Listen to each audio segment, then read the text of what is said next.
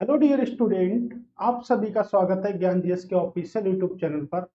आपको पता है कि यूपी पैट का पेपर हमारा 28-29 अक्टूबर को होने वाला है, जो बहुत ही नज़दीक आ चुका है। और हमारी लगातार आपके लिए क्लास दी जा रही है। जीके और जीएस की क्लास को लगातार हम आपके सामने प्रस्तुत करते हुए नजर आ रहे हैं, और आपका सहयोग भी हमारे लिए बेहद इम्पोर्टेंट साबित हो रहा है। और आप लगातार अगर बने रहते हैं तो आपको पता है कि सभी प्रश्न हमें यहीं से मिलेंगे, क्योंकि हमने प्रश्नों की जो श्रृंखला बिल्कुल पूरी तरह से ली है, वो बिल्कुल आपके सिलेबस के अकॉर्डिंग है। अभी हम इस पे 100 क्वेश्चनों की वीडियो लेके आएंगे, यानी कि एक वीडियो अगर आप बहुत अच्छे से देख लेंगे तब भी आपका बहुत सारा पोर्शन कवर हो जाएगा। तो आज हमारा क्वेश्चन नंबर देखते हैं। अभी तक हम कितने क्वेश्चन को डिस्कस कर चुके हैं, तो अभी तक हम समथिंग 400 क्वेश्चन यानी 395 क्वेश्चन देख चुके हैं। तो आज हम 395 क्वेश्चन देखेंगे, 394 क्वेश्चन देख चुके हैं। ठीक है, जल्द ही हम इससे पहले ही कंप्लीट कर देंगे आपके पेपर से। ठीक है, तो आज का क्वेश्चन हमारा क्या बताता है हमको, तो चलिए देखते हैं। आज का प्रश्न सबसे पहला क्या है कि भारतीय राष्ट्रीय कांग्रेस की पूर्ववर्ती थी। प्रश्न अगर बात करी जाए तो ये पूछ रहा है कि जो भारतीय राष्ट्रीय कांग्रेस है, इसकी पूर्ववर्ती संस्था क्या थी। क्योंकि भारतीय राष्ट्रीय कांग्रेस से पहले भी कोई संस्था बनी होगी, एक प्रश्न पूछ रहा है यहाँ से। तो देखते हैं कि भारतीय राष्ट्रीय कांग्रेस की जो स्थापना हुई थी, इसे हम शॉर्टकट में बोलते हैं आईएनसी, इंडियन नेशनल कांग्रेस। स्थापना की बात करेंगे तो 28 दिसंबर 1885, 28 दिसंबर 1885 को इसकी स्थापना हुई थी। और जब इसकी स्थापना हुई थी तो इस समय वायसराय जो थे लॉर्ड डफरिन। कौन थे वायसराय? तो वायसराय थे लॉर्ड डफरिन। ठीक है, ये बात आप याद रखिएगा, पूछा सकता है भारतीय राष्ट्रीय कांग्रेस के समय वायसराय कौन थे? लॉर्ड डफरिन थे। उसके बाद अगर बात करेंगे कहाँ थी, तो होनी थी पुणे में, लेकिन पुणे में प्लेग फैल गया, तो उसके कारण कहाँ पर हुई आपकी? तेजपाल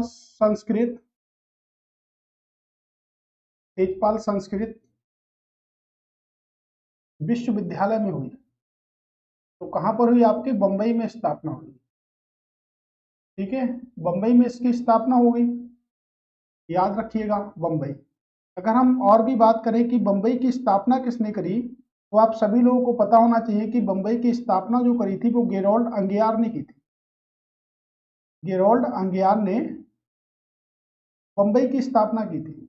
ठीक है, इस बात को भी आप याद रखिएगा। अब इनके बहुत सारे सम्मेलन हुए, यानी कुल मिलाकर कम से कम 55 सम्मेलन हुए थे। और 55 सम्मेलन की अगर बात करेंगे तो इसमें से पहले सम्मेलन के जो अध्यक्ष थे वो कौन थे? डब्ल्यू सी बैनर्जी, यानी कि व्योमेश चंद्र बैनर्जी।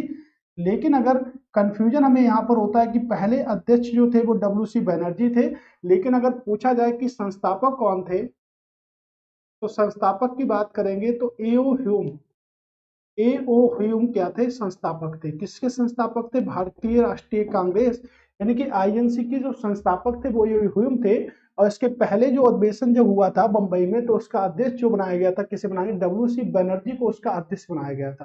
ठीक है, इतनी सी बात आप लोगों को पता है हुई, और ये आपके लिए इंपॉर्टेंट भी है। ठीक है, अब प्रश्न हम बात कर लेते हैं कि कौन सी पूर्ववर्ती संस्था थी। तो देखिएगा, आपकी जो पूर्ववर्ती संस्था थी वो क्या थी? आपकी इंडियन एसोसिएशन, ये क्या थी? इसकी पूर्ववर्ती संस्था थी। तो कांग्रेस से पहले पूर्ववर्ती संस्था थी। स्थापना की बात करेंगे 1876 में। स्थापना जो की थी किसने की थी? सुरेंद्र नाथ बैनर्जी। तो सुरेंद्र नाथ बैनर्जी ने इंडियन एसोसिएशन की स्थापना की थी, और यही क्या थी? इसकी पूर्ववर्ती संस्था भी थी। तो हम कह सकते हैं कि 1886 में इसका विलय हो गया। किसके साथ विलय हो गया इसका? भारतीय राष्ट्रीय कांग्रेस के साथ 1886 में क्या हो गया था? इसका विलय हो गया। इंडियन इंडियन लीग की बात करेंगे तो इसकी स्थापना शिशिर कुमार घोष के द्वारा की गई। किसके द्वारा की गई थी? शिशिर कुमार घोष के द्वारा की गई थी। राइट आंसर हमारा क्या होगा? इंडियन एसोसिएशन, जिसकी स्थापना 1876 में सुरेंद्र नाथ बनर्जी। अगर दूसरे व्यक्ति बात करेंगे तो भूपेंद्र नाथ दत्त के द्वारा भी की गई थी, यानी कि इनके सहयोगी थे भूपेंद्र नाथ दत्त। ठीक है, इस तरह हमारा जो आंसर होगा वो क्या होगा? ऑप्शन नंबर बी क्या होगा? हमारा एकदम राइट आंसर होगा। ठीक है, तो इस तरह हमने देखा। और भी हम अगर बात इसमें करें तो बहुत सारी बात कर सकते हैं कि स्वतंत्रता के समय भारतीय राष्ट्रीय कांग्रेस का अध्यक्ष कौन रहा था। ठीक है, आप बताइए कौन रहा था स्वतंत्रता के समय अध्यक्ष। करें निम्नलिखित में से कौन सिंधु घाटी सभ्यता का स्थल सिंधु नदी के तट पर नहीं है। अब देखिएगा, सिंधु घाटी सभ्यता जो थी वो आपको मैं कई बार बता चुका हूं, तो आप वहां से अच्छी तरह से रिवीजन कर लें सिंधु घाटी सभ्यता का, और आपके लिए बेहद इंपॉर्टेंट होंगे प्रश्न जो आप पढ़ाई कर रहे हो, जो आप 396 यानी कि 396 जो प्रश्न पढ़ रहे हैं। ऐसा नहीं है जो आप किसी यूपी पैट के लिए इंपॉर्टेंट है, ये सभी परीक्षाओं के लिए बेहद ज्यादा इंपॉर्टेंट होगा। और आप देख लीजिएगा पेपर होने के बाद आप देख लीजिएगा क्या पेपर में 1000 प्रश्नों में से क्या सभी 50 प्रश्न आए, तो बिल्कुल आएंगे 50 प्रश्न। और आपके और भी एग्जामों में प्रश्न आएंगे, ऐसा नहीं है कि और एग्जामों में प्रश्न नहीं आएंगे। ठीक है, तो प्रश्न ये है कि सिंधु घाटी सभ्यता का कौन सा स्थल है जो सिंधु नदी के तट पर स्थित है। ठीक है, सिंधु नदी के तट पर स्थित नहीं है। तो देखिएगा, सिंधु नदी के तट पर चुनुदोड़ो मोहनजोदड़ो कोटजी 2 बार लिख दिया, एक ही है। यानी कौन सा स्थल है जो नहीं है आपके रोपड़। तो रोपड़ फिर सिंधु नदी के तट पर नहीं है, तो फिर कहां पर है, तो आपके सतलज नदी के तट पर है। सतलज नदी। क्या साक्ष्य मिले, तो मानव के साथ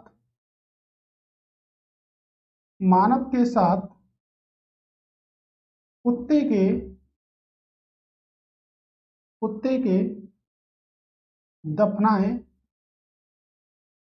जाने के साक्ष्य।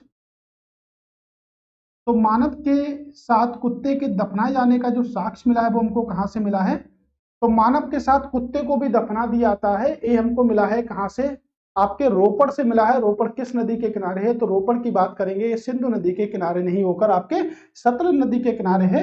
याद रखिएगा, प्रश्न हमारा है कि सिंधु नदी किनारे कौन सा नहीं है, तो रोपड़ आपके। चोनुदोड़ो की बात करेंगे तो आपके सिंधु नदी किनारे है। मोहनजोदड़ो को हम क्या कहते हैं, तो मोहनजोदड़ो को कहते हैं मृतकों का टीला। क्या कहते हैं, मृतकों का टीला कहते हैं। ठीक है, इंग्लिश में बोल सकते हैं देता बहली कह सकते हैं। यहां से क्या मिली, कांसे की नर्तक मूर्ति मिली थी, कांसे की नर्तकी की मूर्ति मिली थी आपके। ठीक है, और स्नानागार मिला है, जिसे कह सकते हैं विशाल स्नानागार। अन्नागार का साक्ष्य भी मिला है मोहनजोदड़ो से। ठीक है, ऐसे ऐसे साक्ष्य आपको मिले हैं। अब हम बात करेंगे कि सिंधु घाटी सभ्यता, तो सिंधु घाटी सभ्यता में खोजा गया पहला स्थल जो है उसे हम क्या कहते हैं, हड़प्पा सभ्यता कहते हैं। अब हड़प्पा सभ्यता बोलो या आपकी सिंधु सभ्यता बोलो, हड़प्पा सभ्यता बोलो या सिंधु घाटी की सभ्यता बोलो। अब अगर पूछा था कि हड़प्पा सभ्यता किस नदी के किनारे है, तो आपको बताते हैं हड़प्पा सभ्यता सिंधु नदी के किनारे नहीं है। किस नदी के किनारे है, आपकी रावी नदी के किनारे है। तो ये प्रश्न ऐसे भी बन सकता था कि निम्नलिखित में से कौन सा स्थल सिंधु नदी के किनारे नहीं है, और रोपड़ की जगह यहाँ पे हड़प्पा होता तब भी आंसर क्या होता, क्योंकि हड़प्पा सभ्यता आपकी रावी नदी के किनारे है। लेकिन मैक्सिमम स्टूडेंट जब प्रश्न लगाते हैं तो वो सोचते हैं कि सिंधु घाटी सभ्यता है, तो सिंधु घाटी सभ्यता में खोजा गया जो पहला स्थल था वो हड़प्पा था। किस नदी के किनारे है, तो आपके रावी नदी के किनारे है। और किसने खोजी थी, तो दयाराम साहनी ने खोजा था। ठीक है, दयाराम साहनी ने खोजा था। कुछ प्रश्न आपको मैं सिंधु घाटी सभ्यता से बता रहा हूं, 1921 में खोजा था। कुछ प्रश्न बता रहा हूं तो इनको ध्यान से सुनिएगा। जैसे 9 प्रकार की फसलें मिली थी, कितने प्रकार की फसलें मिली थी, 9 प्रकार की, जिसमें सबसे पहले गेहूं और क्या मिला था, जौ को मिला था। ठीक है, लोहे से बिल्कुल परिचित नहीं थे, लोहे से अभी तक कोई साक्ष्य नहीं मिला सिंधु घाटी सभ्यता में। सबसे पहले जो धातु खोजी गई थी वो तांबा थी। उसके बाद गन्ना से बिल्कुल अज्ञात थी, गन्ने का साक्ष्य अभी तक सिंधु घाटी सभ्यता में देखने को नहीं मिला है।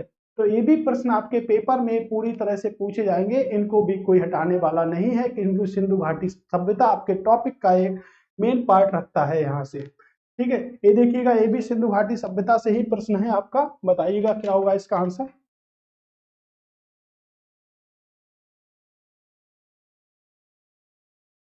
ठीक है, देखिएगा कि सिंधु घाटी सभ्यता में कांस्य के पात्र निर्माण के लिए किस तकनीक का प्रयोग किया जाता था। अभी हमने आपको बताया कि कांसे की प्रतिमा जो है वो हमको कहां से मिली है, तो कांसे की प्रतिमा हमको मोहनजोदड़ो से मिली है।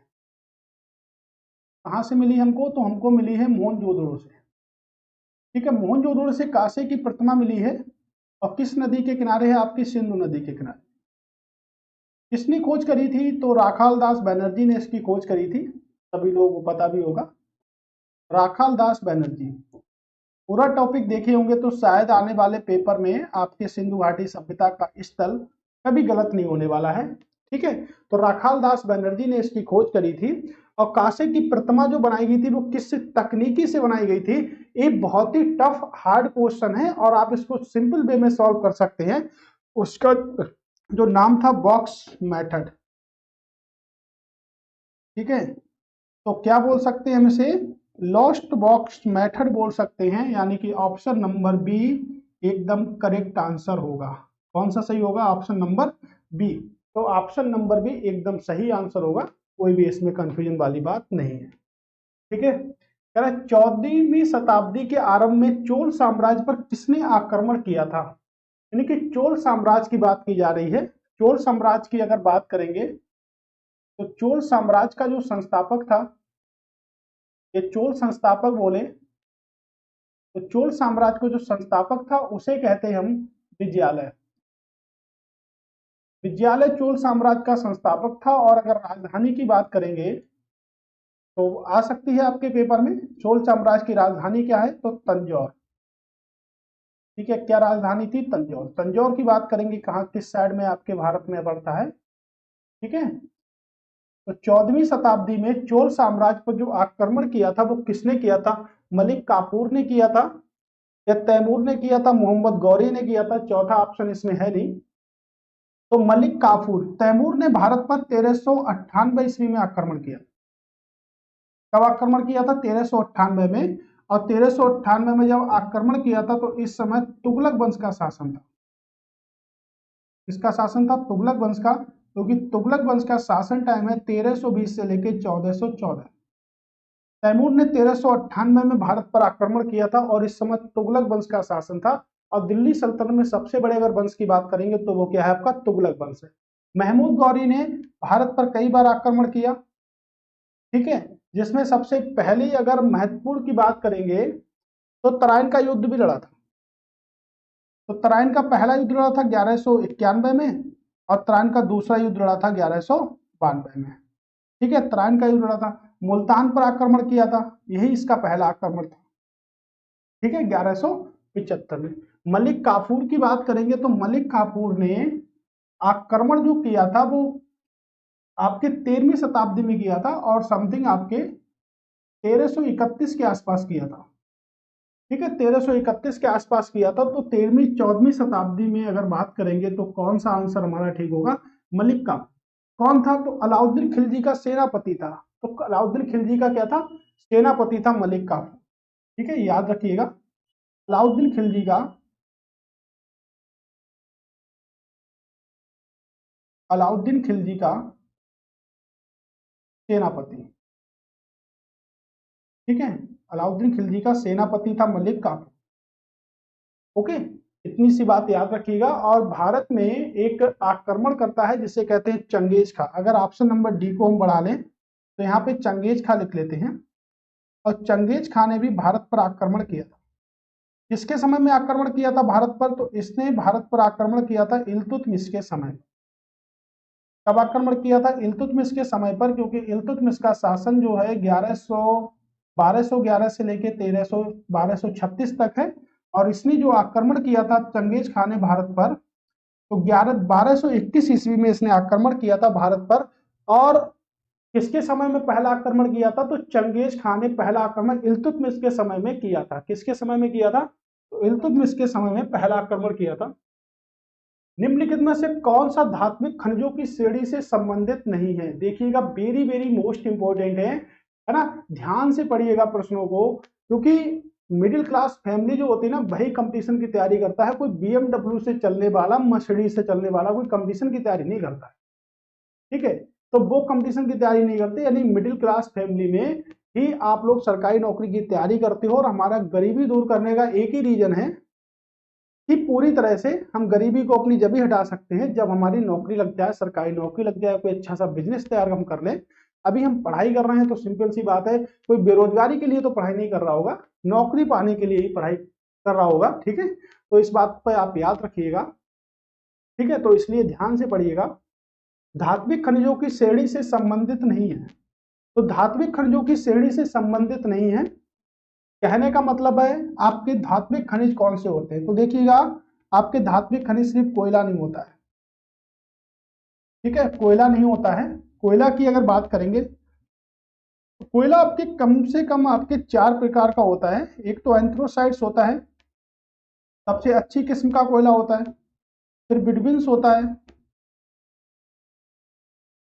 फिर आपका लिग्नाइट कोयला होता है, लिग्नाइट कोयला होता है, और फिर पिट कोयला होता है। पूछा जा सकता है पेपर में पिट कोयला किन क्षेत्रों में मिलेगा, तो दलदली क्षेत्रों में मिलेगा, जहां पर सबसे बेकार क्षेत्र होते हैं, दलदली क्षेत्रों में मिलेगा। लिग्नाइट कोयले के सबसे ज्यादा भंडार भारत में तमिलनाडु में मिलेंगे आपको। और विटामिन्स की बात करेंगे तो जम्मू कश्मीर के आसपास मिलता है, यानी कि सबसे ज्यादा आपके जम्मू कश्मीर में कौन सा मिलेगा, तो आपका एंथ्रोसाइट्स मिलेगा, जो कोयले का सबसे अच्छा रूप है, जिसे कुकिंग कोयला के नाम से भी हम जानते हैं। और अगर बात करें कि कोयला किन चट्टानों का हिस्सा होता है, तो कोयला आपके अपसादी चट्टानों का हिस्सा, किसका हिस्सा होगा, अपसादी चट्टानों का हिस्सा होगा। और उसके बाद अगर हम और भी बात करेंगे इसमें, ठीक है, कि कोयला जो हमारा होता है वो अपसादी चट्टानों का हिस्सा है। कोयले का अधिकतम भाग कहाँ पाया जाता है, तो गोंडवाना लैंड, गोंडवाना लैंड में भारत के उत्पादन का कम से कम 90% जो भाग है वो कहाँ पाया जाता है, आपके गोंडवाना लैंड में कोयले का भाग पाया जाता है, कम से कम 90%। ओके, कितना भाग पाया जाता है, तो 90% आपका भाग पाया जाता है कोयले का कुल मिलाकर, ठीक है। अगला प्रश्न है हमारा कि निम्नलिखित में से किस देश के पास दुनिया के सबसे अधिक तेल भंडार है। तो किस देश के पास दुनिया का सबसे अधिक तेल भंडार है, तो दुनिया का तेल भंडार जो है वो चेंज होता रहता है कि किसके पास है, लेकिन विश्व में अगर बात करेंगे तो सबसे ज्यादा आपके अमेरिका के पास है। लेकिन अगर इसकी हम बात करेंगे तो सबसे ज्यादा आपके सऊदी अरब और वेनेजुला के पास है, ठीक है। तो सऊदी अरब इसको टिक कर सकते हैं, किसके पास है, आपके वेनेजुला के पास, ठीक है। वो सऊदी अरब के पास, वेनेजुला दूसरे नंबर पर है आपके पश्चिमी देशों में। अगर हम इसकी बात करेंगे तो जितनी भी आपकी कैपिटल करेंसी है ना, वो हमें सब याद होनी चाहिए। जैसे चीन की कैपिटल क्या है, तो चीन की कैपिटल है आपके बीजिंग, ठीक है, चीन की कैपिटल है बीजिंग। और मुद्रा की बात करेंगे तो मुद्रा है रिन मिन भी। पहले युआन मुद्रा चलती थी, चलती अब भी है, लेकिन अब मुद्रा को 2 मुद्राएं कर दी गई हैं चीन की, रिन मिन भी। रूस की बात करेंगे तो मॉस्को इसकी कैपिटल है। मुद्रा की बात करेंगे तो मुद्रा क्या है आपकी, रूबल, ठीक है। ऐसे ही आप बताइएगा कि वेनेजुला की कैपिटल क्या है, तो वेनेजुला की कैपिटल आपके पेपर में कई बार पूछी गई है, काराकस। क्या कैपिटल है आपकी, काराकस कैपिटल है। तो जितने भी देश हैं इनकी कैपिटल करेंसी आप लोगों को याद होनी चाहिए पूरी तरह से, ठीक है, पूरी तरह से याद होनी चाहिए आपको कैपिटल करेंसी। यानी कि विश्व में कम से कम 195 देश हैं और आपको पूरी तरह से याद होना चाहिए। करें, ग्रेट उत्तरी समतल भूमि में किस प्रकार की मृदा पाई जाती है, तो ग्रेट उत्तरी समतल भूमि में किस प्रकार की मृदा आपकी पाई जाती है, ये बताइएगा, ठीक है। देखिएगा, कछार को कहते हैं हम आपकी जलोढ़ मिट्टी भी कहते हैं। कौन सी मिट्टी कहते हैं, तो जलोढ़ मृदा भी कह सकते हैं, ठीक है। लाल हो गई, काली हो गई, लेटेराइट हो गई। काली मिट्टी आपको पता है कपास की खेती के लिए सबसे उपयोगी मानी जाती है, तो कपास की खेती, ठीक है, कपास की खेती के लिए सबसे उपयोगी जो मानी जाती है उसे हम कहते हैं काली मिट्टी।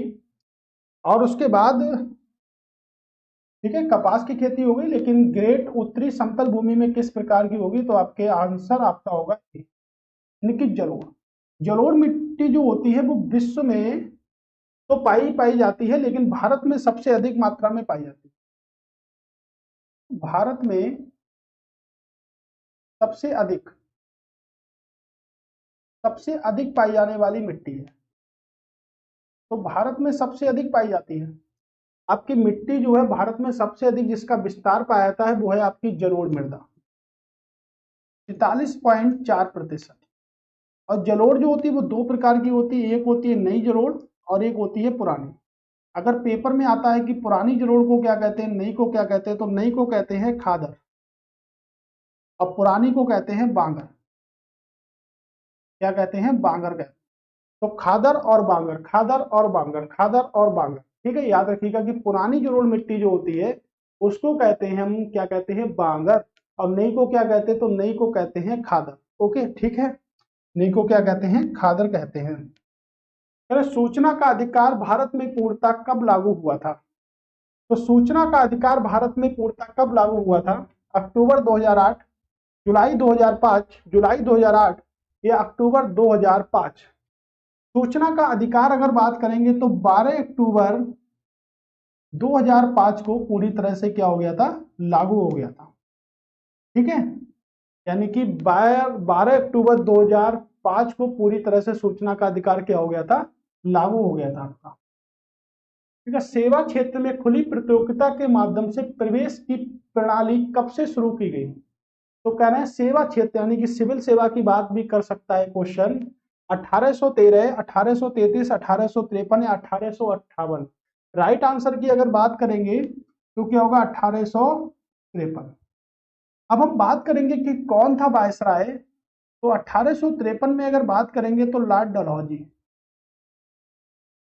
कौन थे वायसराय? तो यहाँ पर लॉर्ड डलहौजी वायसराय थे, क्योंकि इनका शासन समय जो था वो 1848 से लेके 1854 तक था।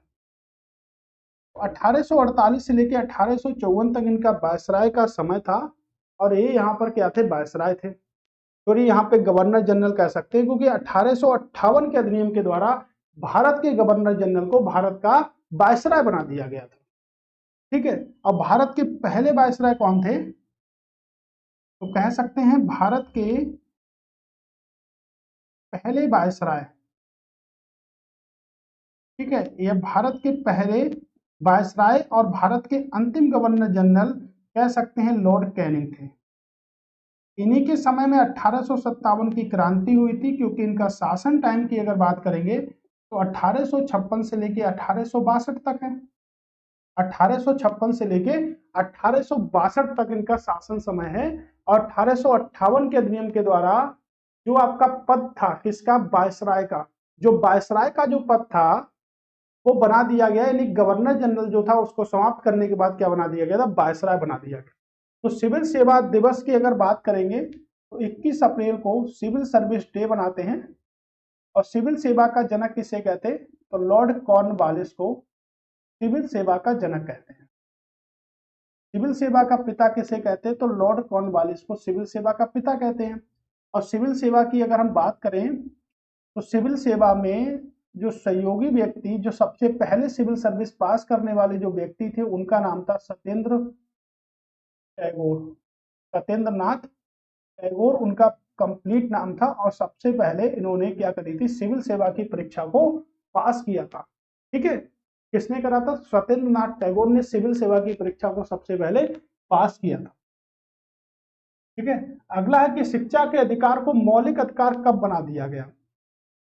तो शिक्षा के अधिकार को मौलिक अधिकार कब बना दिया गया, ये प्रश्न आपने कभी देखा है क्या? ठीक है ना, इस बारे में एक लंबी चर्चा है, करेंगे संविधान में, लेकिन यहाँ के लिए यह है कि शिक्षा के अधिकार को मौलिक अधिकार, ये तो आपको पता चल गया कि हमारा राइट टू एजुकेशन है, यानी कि शिक्षा का अधिकार है।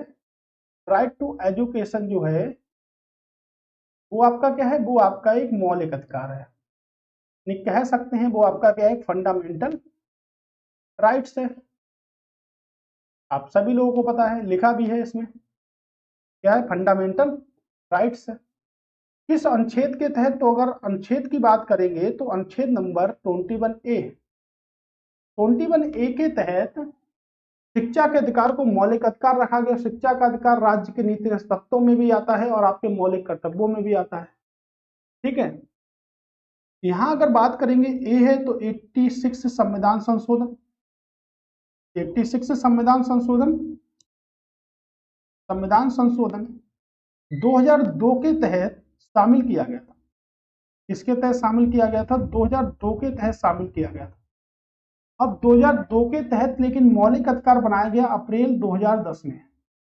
कब बनाया गया, अप्रैल 2010 में इसको मौलिक अधिकार बनाया गया था, पूरी तरह से कंप्लीट जो बनाया गया था 2010 में बनाया गया। ठीक है, तो यहां पर हमने बात कर ली। अगर हम बात करें, देखिएगा, एक हमारा होता है कि शिक्षा दिवस कब बनाते हैं। शिक्षा दिवस कब मनाते हैं? तो 11 नवंबर को हम शिक्षा दिवस मनाते हैं। किसकी याद में मनाते हैं? तो भारत के पहले शिक्षा मंत्री अबुल कलाम आजाद। अबुल कलाम आजाद की याद में हम शिक्षा दिवस मनाते हैं। कौन सा दिवस मनाते हैं? तो शिक्षा दिवस हम अबुल कलाम आजाद की जयंती पर मनाते हैं हम शिक्षा दिवस। और इन्होंने भारत में पहले आईआईटी खड़गपुर की भी स्थापना की थी। किसने करी थी? अबुल कलाम आजाद ने भारत के पहले आईआईटी खड़गपुर की भी स्थापना की थी। ठीक है, तो यहां पर हम बनाते हैं शिक्षा का दिवस। ठीक है, तो कब से बना? करेक्ट। कंप्यूटर के संदर्भ में पीडीएफ का फुल फॉर्म क्या है? तो पीडीएफ का फुल फॉर्म क्या है, ये बात पता करनी है। पोर्टेबल डॉक्यूमेंट फॉर्मेट है, पोर्टेबल डिटेल्स है, डॉक्यूमेंट्स है। यहाँ पे तो ये तो गलत हो जाएगा, पर्सनल तो नहीं होगा, पावर पॉइंट नहीं होगा, पोर्टेबल होगा। ठीक है, ऑप्शन नंबर ए। ऐसे ही आपको कंप्यूटर से संबंधित जितनी भी प्रॉब्लम्स है, जितनी भी फुल फॉर्म है, वो सभी याद होनी चाहिए। धीरे धीरे आपको हम भी बताते हैं। ठीक है, अगला है कि एक्वायर्ड इम्यूनोडेफिशिएंसी सिंड्रोम किस प्रकार के सूक्ष्म जीव का कारण है? तो आपका ये पूछ रहा है कि एक्वायर्ड इम्यूनोडेफिशिएंसी सिंड्रोम, ठीक है, ये एड्स की बात कर रहा है। तो एड्स दिवस कब मनाते? 1 दिसंबर को। ठीक है, एड्स दिवस कब मनाते? तो एड्स डे हम मनाते हैं 1 दिसंबर को। ठीक है, और इसी में पूछ रहा है कि किस प्रकार से होता है? तो आपके वायरस से होता है। किससे होता है? आपके वायरस से। वायरस की खोज की बात करेंगे तो किसने खोजा वायरस को? इवानो बस्की ने वायरस को खोजा था। किसने खोजा था? इवानो बस्की ने वायरस को खोजा था। प्रोटोजुआ की बात करेंगे तो प्रोटोजुआ में एक परजीवी खोजा गया था जिसे कहते हैं प्लाज्मोडियम परजीवी। उसकी खोज किसने की थी? तो उसकी खोज की थी रोनाल्ड रॉस ने। रोनाल्ड रॉस ने उसकी खोज की थी। ठीक है, और अगर जीवाणु की बात करेंगे तो जीवाणु को किसने खोजा? तो जीवाणु को खोजा था लुइवेन हॉक ने। लुइवेन हॉक ने क्या करा था? जीवाणु को खोजा था। ओके, तो इस प्रकार हमने देखा कि वायरस को किसने खोजा, जीवाणु को किसने खोजा। ठीक है, बैक्टीरिया होता है जीवाणु आपका।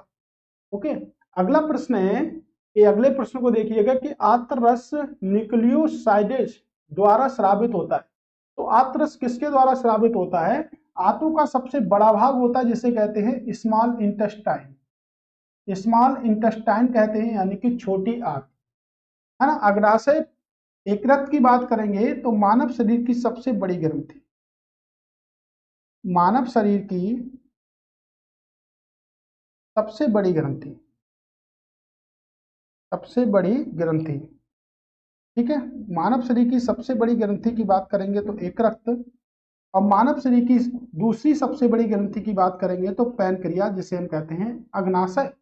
और यकृत को क्या कहते हैं? तो यकृत को कहते हैं लीवर। क्या कहते हैं? लीवर कहते हैं। अगला प्रश्न है कि लुप्त प्राय एशियाई शेर किस भारतीय राज्य में पाए जाते हैं? तो भाई लुप्त प्राय जो एशियाई शेर है वो कहां पर पाए जाते हैं? ये बहुत ही सिंपल प्रश्न है। कहां पर पाए जाते हैं? आपके गुजरात में। तो गुजरात के किस नेशनल पार्क में पाए जाते हैं? गिर नेशनल पार्क। ठीक है, जो एशियाटिक शेरों के लिए बहुत ही प्रसिद्ध है, आपके गुजरात में। ठीक है, जम्मू कश्मीर में एक नेशनल पार्क है जिसे हम अब लद्दाख में हो गया आपका हिमिस नेशनल पार्क बोलते हैं। हिमिस नेशनल पार्क आपके जम्मू कश्मीर में है। कर्नाटक में एक बहुत ही फेमस नेशनल पार्क है जिसे बोलते हैं बांदीपुर नेशनल पार्क। ठीक है, बांदीपुर नेशनल पार्क आपके हो गया। बन्नेरघट्टा नेशनल पार्क हो गया। भारत का पहला तितली अभ्यारण्य, भारत का पहला तितली अभ्यारण्य क्या है? बन्नेरघट्टा नेशनल पार्क भारत का तितली अभ्यारण्य है। ठीक है, तो ये भी आपके यहीं पर है। ठीक है, अगला चलते हैं कि भारत में विदेशी मुद्रा का संरक्षक कौन होता है? तो भारत में विदेशी मुद्रा का जो भंडारण होता है वो किसके पास होता है, ये बताइएगा। ठीक है, तो भारत में विदेशी मुद्रा का, विदेशी भंडार का संरक्षक कौन होता है? केंद्र सरकार, राष्ट्रपति, आरबीआई या सेबी? राष्ट्रपति की बात करेंगे तो भारत का प्रथम नागरिक है और अनुच्छेद नंबर 52 के तहत बताया जाता है कि भारत में एक क्या होगा? राष्ट्रपति होगा। भारत में क्या होगा? एक राष्ट्रपति होगा। ठीक है, ये बताया जाता है हमको। आरबीआई की बात करेंगे तो आरबीआई की जो स्थापना हुई थी वो 1 अप्रैल 1935 को आरबीआई की स्थापना हुई थी और 1 जनवरी 1949 को आरबीआई का नेशनलाइजेशन यानी कि राष्ट्रीयकरण कर दिया गया। जब स्थापना हुई थी तो मुख्यालय बनाया गया था कोलकाता में, लेकिन कुछ समय के बाद यानी कि 1937 में मुख्यालय कोलकाता से कहाँ कर दिया गया था, बंबई। तो अब जो मुख्यालय है तब से कहाँ पर है, आरबीआई का बंबई में मुख्यालय है। सभी बैंकों का एक केंद्रीय बैंक है आरबीआई, ठीक है।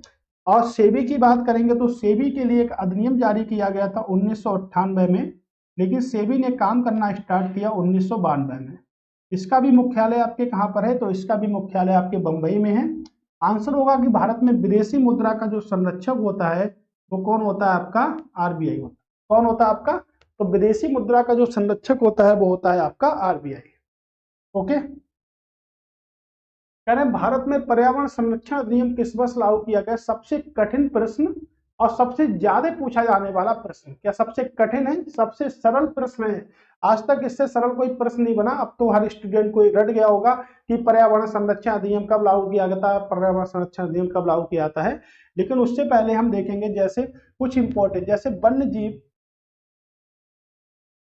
वन्य जीव संरक्षण अधिनियम कब आया, आप बताइएगा। वन्य जीव संरक्षण अधिनियम कब आया, उसके बाद बात करेंगे वन अधिनियम कब आया। देखिएगा अलग अलग है, वन अधिनियम कब आया, वन संरक्षण अधिनियम कब आया। उसके बाद एक इंपॉर्टेंट है जैव विविधता अधिनियम, जैव विविधता अधिनियम ये कब आया। तीन की बात करेंगे तो देखिएगा 1972, 1980 और 2002 और सारे अधिनियम है। लेकिन पर्यावरण संबंधित अधिनियम कब आया, 1986 में। और पर्यावरण से संबंधित एक आपका संगठन भी है अंतरराष्ट्रीय स्तर पर, जिसे कहते हैं यूनाइटेड नेशन एनवायरमेंट प्रोग्राम। क्या कहते हैं, यूनाइटेड नेशन एनवायरमेंट प्रोग्राम। मुख्यालय की बात करेंगे नैरोबी में। कहाँ इसका मुख्यालय है, तो इसका मुख्यालय है आपके नैरोबी में, नैरोबी यानी कि केन्या में इसका मुख्यालय है, ठीक है। 5 जून 1972 में स्थापित हुआ था और इसका मुख्यालय कहां पर है, आपके नैरोबी केन्या में इसका मुख्यालय है। और पर्यावरण दिवस कब बनाते हैं, तो 5 जून को पर्यावरण दिवस भी हम बनाते हैं। तो इसका आंसर क्या होगा, 1986 में शामिल किया गया था। और ये देखिएगा, ये वेरी वेरी मोस्ट इंपॉर्टेंट, क्योंकि मैचिंग करने के लिए आ सकता है आपके पेपर में, इसमें कोई परेशानी वाली बात नहीं। दिल्ली सल्तनतों के संस्थापक कौन थे, दिल्ली सल्तनत का संस्थापक कौन था, कुतुबुद्दीन ऐबक, अलाउद्दीन खिलजी, बहलोल लोदी या इल्तुतमिश। आपको इसमें ऐसा मैं प्रश्न बताऊंगा, क्योंकि मैं आपको इसके शासनकाल तो पहले पढ़ा चुका हूं, लेकिन अब मैं इसमें ऐसा प्रश्न बताने वाला हूं जो आपके लिए बेहद इंपॉर्टेंट होगा। पहले तो इसके आंसर की बात कर ले रहे हैं, कौन होगा आपका, कुतुबुद्दीन ऐबक। कौन होगा आपका, कुतुबुद्दीन ऐबक होगा। लेकिन अगर मैं बात करूं कि जब दिल्ली सल्तनत जो थी आपकी, उसका संस्थापक कुतुबुद्दीन ऐबक था, तो कुतुबुद्दीन ऐबक की राजधानी कहाँ थी, कुतुबुद्दीन ऐबक की राजधानी कहाँ थी। तो पूछा जाता है कि दिल्ली सल्तनत की प्रारंभिक राजधानी कहाँ थी, तो दिल्ली सल्तनत की प्रारंभिक जो राजधानी थी वो लाहौर में थी। याद सुनिएगा, ध्यान से सुनिएगा, पेपर में जरूर आएगा कि दिल्ली सल्तनत की प्रारंभिक राजधानी कहाँ थी। तो प्रारंभिक राजधानी जो थी वो कहाँ पर थी, आपके लाहौर में थी। लेकिन जब आया इसका दामाद, इसका दामाद कौन, यानी कुतुबुद्दीन ऐबक के जब दामाद आए थे तो उन्होंने अपनी राजधानी लाहौर से कहाँ स्थानांतरित कर दी, दिल्ली स्थानांतरित कर दी। यानी कि लाहौर से दिल्ली स्थानांतरित करने वाला जो शासक था राजधानी को, वो कौन था, आपका इल्तुतमिश। जो कौन थे, कुतुबुद्दीन ऐबक के क्या थे, दामाद थे, ठीक है। तो अगर पूछा था कि दिल्ली सल्तनत की प्रारंभिक राजधानी कहाँ थी, तो दिल्ली नहीं थी, कहाँ थी, आपके लाहौर थी, क्योंकि कुतुबुद्दीन ऐबक की राजधानी कहाँ थी, लाहौर थी।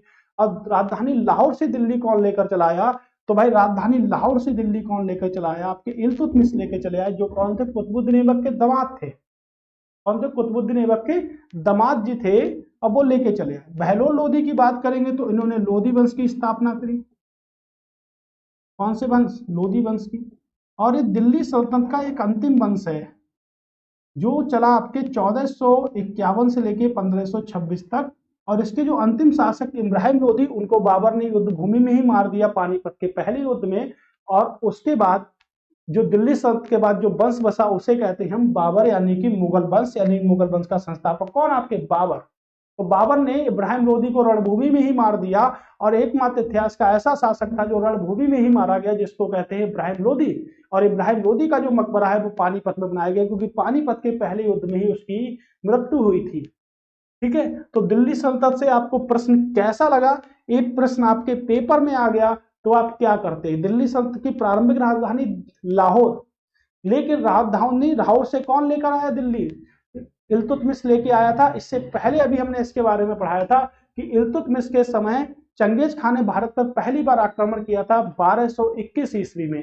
तो एक एक प्रश्न को याद करिएगा और एक एक प्रश्न पर चर्चा करिएगा, तब आपको अच्छे से एक सिलेबस की जानकारी भी रहेगी और आपको लगेगा कि जीएस में हम अच्छा मार्क कर पाएंगे। वरना आपकी किस्मत जो आपका अच्छा मार्क करा दे बिना मेहनत के, लेकिन मेरे तो द्वारा यही कहा जाएगा कि सबसे ज्यादा मार्क्स हमारे पढ़ने के बाद ही आएंगे।